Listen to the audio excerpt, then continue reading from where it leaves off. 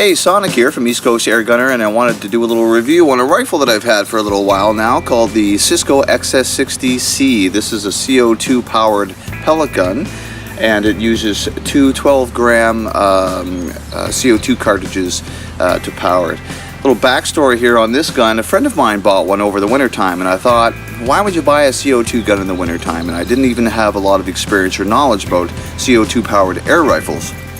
So we took it out and tested it, and we shot it darn near all day out in the winter. And I mean, it wasn't a super cold day, but the thing held out really well and shot really nice. So I figured I would pick mine up as well. And so I did, and this is it. It's 22 cal. This is the Canadian detuned version.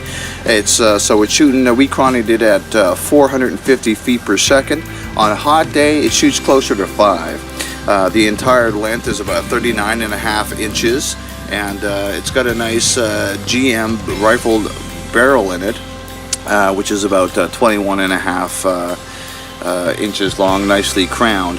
The whole thing is pretty light. It's 5.5 pounds. Now I've got it loaded down here. You can see I've got this little attachment, little sleeve that goes over the butt, holds extra CO2. I've got a just your stock center point 3x9x40 with some extra tall scope mounts on it, and a sling and some swivels and stuff like that. So it's a little heavier, but not by much. This thing is 1500 psi, and it has an all-wood stock, though I'm not sure of what kind of wood it is. I tried to track down the type of wood, and I couldn't really find anything. Although unfortunately mine, as you can see in some of the close-up shots and stuff like that, I'm starting to get a lot of scratches in here. I put this thing through a little bit of a torture because I take it out shooting almost every day, plus I do a lot of hunting with it too. The only plastic bits on it are the muzzle, which I don't mind because it keeps it light and the gun well balanced. Plastic bits in the end cap.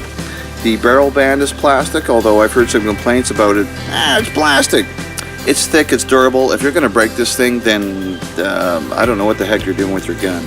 And the trigger guard as well is plastic. And it also has an automatic safety, which is kind of nice. And it also is a bolt action, so it's pretty nice for shooting, very quick.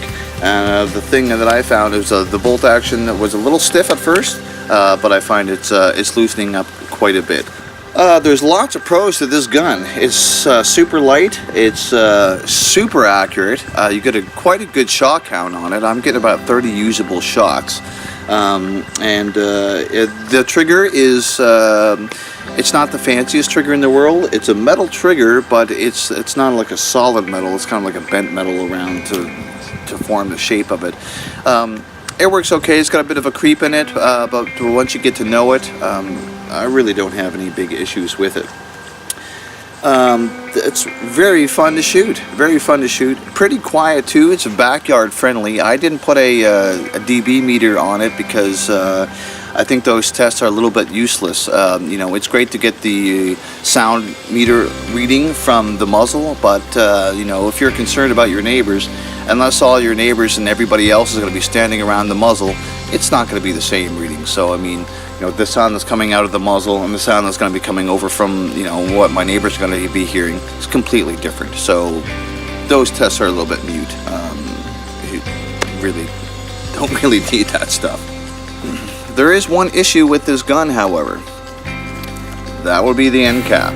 Now, I knew about this problem when before I bought it and already had a solution in place. Unfortunately, I was the place that I bought it at said, "Oh, there's no problems. This has all been fixed. I've looked them over personally myself." Come to find out that pretty much everybody who has bought these guns has had, myself included, problems with the end cap, and it's really with the seal and the position of the relief hole in the cap, as well as the length of the bleed screw. Fortunately, there's a few folks down in the States that are making new end caps for the QB78 and for the XS60C. I went with Mike Mielik of Flying Dragon Air Rifles, and for 30 bucks, he sent me a very nice setup. It came with two new modified end caps that had the new relief holes, brand new seals, harder, tougher seals, and also came with a shorter bleed screw, and also included a whole handful of new seals, more seals, and a bulk fill cap, shipped to Canada from the States for 30 bucks. You cannot argue with that. I didn't even have a chance to pay the guy before he sent them up. So if you have any issues with your XS60C, I would definitely get in touch with Mike Mielek at Flying Dragon Air Rifles. The problem with the seals is that there are these cheap little red things, and when they interact with CO2 they expand, which is great for keeping the seal. Unfortunately, it takes forever for them to regain their shape. They blister, and they'll nick and you'll lose your seal and you'll lose air. Now, with the upgraded end cap from Mike Mielek, this thing will hold air for weeks, and I'm not even joking. Like, it's too easy. You don't have to wait.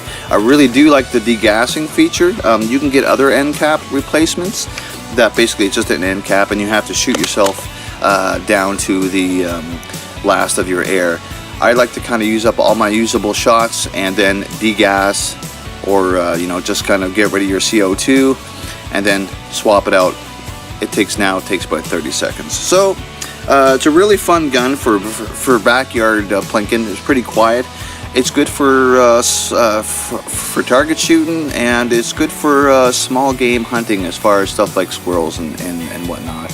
I've been throwing the Crosman domed 14.3 or grain or whatever they are through it, and it seems to like it.